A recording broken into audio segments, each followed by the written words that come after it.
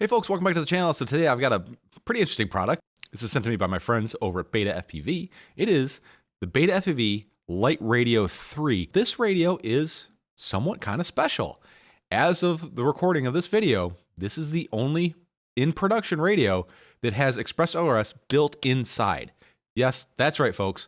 The new hotness, ExpressLRS, is inside of this radio. No external modules required. All inside.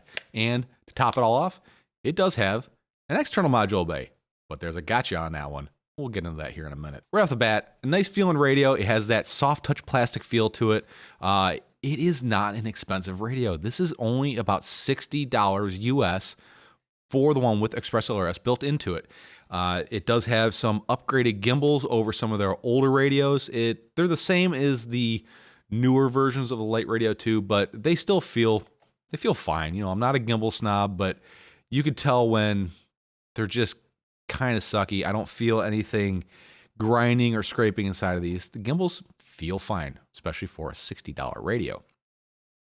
It does have two latching buttons, so those are two positions, and then it has two 3-position rockers. And I really, really like these rocker switches. Now, they're not the highest quality. They do have a little bit of give and squish to them, but then again, remember folks, $60 radio. $60 radio. Comes with a fairly decent instruction manual, nothing crazy, but enough to get you started, and it does come with some gimbal protectors. We don't really see that too much in this hobby, and these things are silicone. They fit really well, and these will certainly protect your gimbals in the case of a spill or a little oopsie if you drop this thing off the table or whatever, or you drop it in your bag. It does have a nice little neck strap holder, but let's face it, guys, this does not need a neck strap. This is not much bigger than an Xbox controller. It's certainly not as heavy as one either. Internal battery and USB-C charging. USB-C also carries data as well if you want to play on the sim. I have been flying this radio for a little bit, both in the sim and some whoops around the house. Feels fine. There's nothing that stands out as, oh, that kind of sucks. The sticks feel fine. It's definitely geared more towards the thumber type of person versus the pincher, but the pincher I think could definitely make do with this. But there's probably better options for pinchers out there. So if you're a thumber, this is definitely gonna be good for you. BetaFPV also sells a nice, like semi-hard carrying case for this radio. It fits in there extremely tight. It will be very secure inside of there. It's a nice little add-on. It's about a $20 add-on, and it's probably worth it, especially for a $60 radio. Well, I don't know. Is it worth it? I mean, $60 radio, $20 case. You do the math. You figure out who you are, what kind of person you are, and go from there. Now, I did mention the fact that there is a light module bay in the back, and that is awesome. That means you can put Crossfire, you can put Tracer, you can put another ExpressLRS module on there if you wanted to. You can put multi-protocol. Oh, wait. No, you can't. You cannot put a multi-protocol module in the back of this thing. The only protocol that's available for the external bay is the CRSF protocol. So that's Tracer, Crossfire, ExpressLRS, at least as of right now. That's all that's available. All the pins are there. Multi-protocol module needs power, ground, and signal, and those are all what's in there. So I did ask my contact at BetaFPV if this is just an oversight or if this is just the way it is. I don't know if on a hardware level it can't do it or if it's just software. I have yet to hear back from them, but I will definitely post up in the description of this video if they do decide to get back to me and let me know what's going on with this thing. If this thing would take a multi-protocol module in the back of it, this thing would be a sweet little radio. Sweet little radio. But, you're getting it for the fact that it has ExpressLRS inside of it, let's face it. But it'd be nice to have that option for a multi-protocol or an XJT Lite, something like that. Just, you know, why not? So with the older radios, they had a strange version of OpenTX configurator to work and configure the radio. Now they have their own configuration utility. it is called the BetaFPV configurator. This looks awfully familiar, guys, doesn't it? So we can click here. I have the radio plugged in. We can click here and activate transmitter. Oh, I forgot. I always have to run this in admin mode for some reason. Otherwise, it just doesn't work. So run it as administrator. If you're having issues with it, right click, run as admin. So there we go. And we're going to click here to activate configuration for radio transmitter. And go ahead and connect to RC. And here we go. It looks like the BetaFlight receiver tab, but just a little different.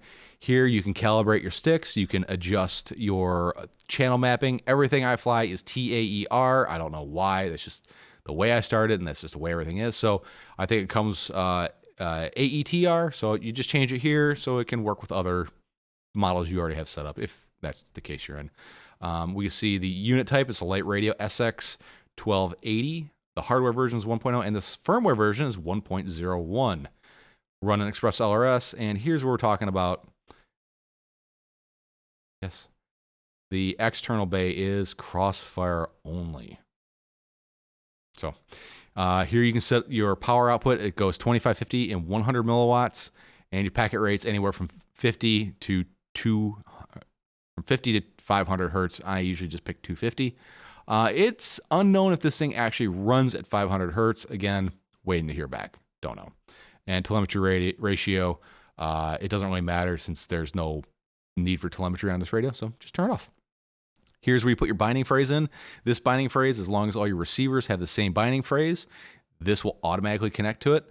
Or if you have an SPI board where you can't really set a binding phrase, use this line, copy and paste this into your CLI, and it will, this UID here equals whatever your binding phrase is. So you can do it that way. A little bit of, one of my viewers contacted me and said, hey, I can't put this receiver into binding mode. The reason he can't put the receiver into binding mode is because he already had a binding phrase set up. If your binding phrase is set up, you can't do the plug in and out 3 times and go into binding mode. Just a little note there. But this is everything in the radio. So it says firmware version 1.01. This means this does not work with ExpressLRS 2.0. Ah, yeah. I did hear back from my contact. She said they're working on it, maybe a week or so. And to update the radio, we're going to run our configurator as admin, and at least that's what I have to do. You may not have to. No, just me.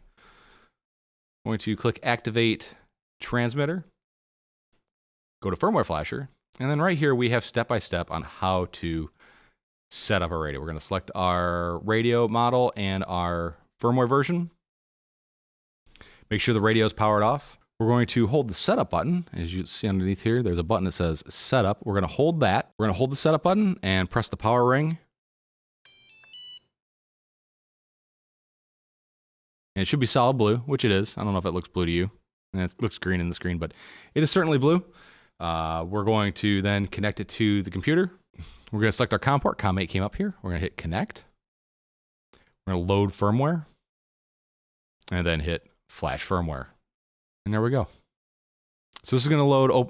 This is going to load ExpressLRS version 1.02 to this radio, and that's it. Go ahead and disconnect. Power off the radio, and reconnect.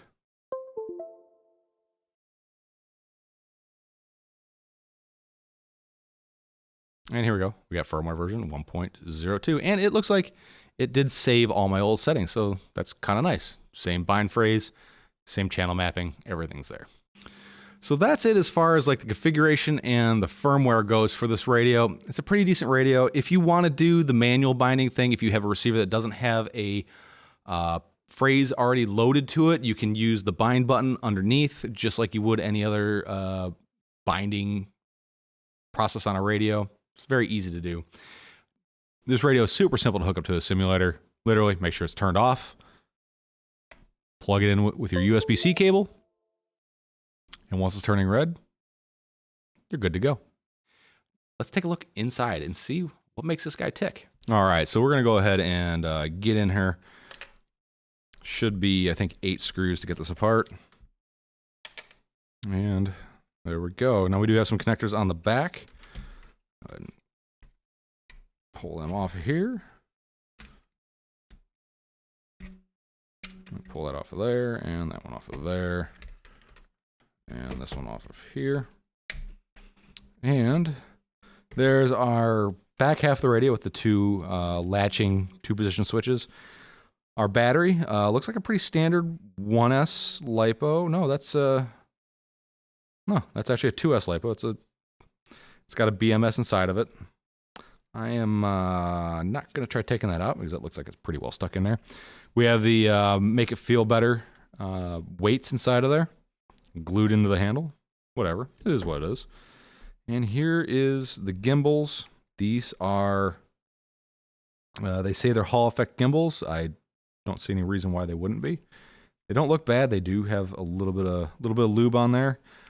If you have some gimbals that are kind of iffy feeling, get some of that Nigel stuff. I'll put a link in the video description and put that on the little contact points here, and it will make a mediocre gimbal feel like a premium gimbal. And here's our main board for the ExpressLRS. Nothing fancy in there. Oh, the antenna in here is it's just a regular ExpressLRS 2.4 gigahertz antenna. It's just been kind of crammed down in here. It's on a UFL, so that would be very easy to just swap out with, I don't know, like a Moxon antenna or whatever else you want to put in there. So at least it's not a PCB-based antenna. That's actually kind of nice. Really surprised. So there you go, BetaFPV LiteRadio3. What do you guys think? Let me know in the comments below. Sound off. What do you think of this radio?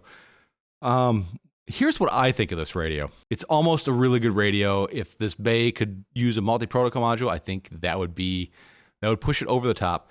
Who is this for?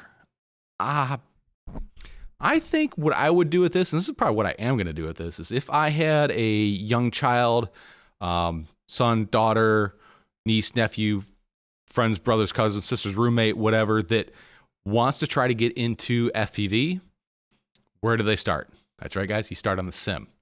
This would be great to give somebody who may not actually follow through with this hobby a taste of simulator life. Go fly the sim. Fly this thing. Go fly it. And then if they're like, you know what?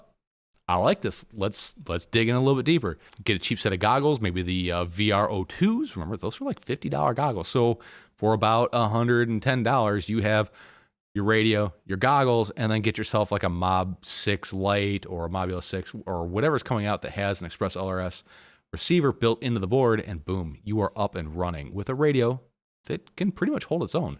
But for me, this is probably going to go, this is probably going to go to my daughter. She's probably going to end up using this for flying the simulator because I've been trying to get her into it. I'm not pushing her. Just going to let her do her thing. If she wants to play, that's fine. If not, whatever. No big deal. The other person I think this would be for is, and I'm not saying do this. Let's say you're that guy that wants to go gorilla whipping, and you know who you are. So you're worried you're going to go someplace, you're going to fly your whip. You might get your confiscated. There you go. Take one of these. 3D print them out for like one of these to go right on there. One of these, and an ExpressLRS enabled whoop. I mean, if you get your stuff confiscated and never get it back, that's still going to suck, but it's not going to suck that bad or as much as it would if you had, you know, your Jumper T16 and, you know, your Fat Sharks that get taken from you. But with that said, if you made that little Gorilla Whoop rip and dip kit, let's take a look at this. Screen here, radio there, drone there, the handful of batteries, in, out, no one will know you're there. Just saying, just theoretically. Don't do that. Please don't do it. All right, guys, let me know what you think down in the comment section below. If you like what I'm doing here, if this has helped you out, saved you any money, piqued your interest, or just entertained you, consider going to tweetfpv.com and clicking one of those affiliated vendor links. It helps me out a lot more than you might think it does, and it costs you nothing. Or if you really want to be one of the cool kids, hit that Patreon link, and as low as $2 a month, you can join a Patreon. I do all sorts of cool stuff over there, but you got to join to find out what it is. All right, guys. Thanks a lot. Thanks for checking us out. Thank you, BetaFPV, for sending me this. And I will see you all next time. Remember, folks, stay positive.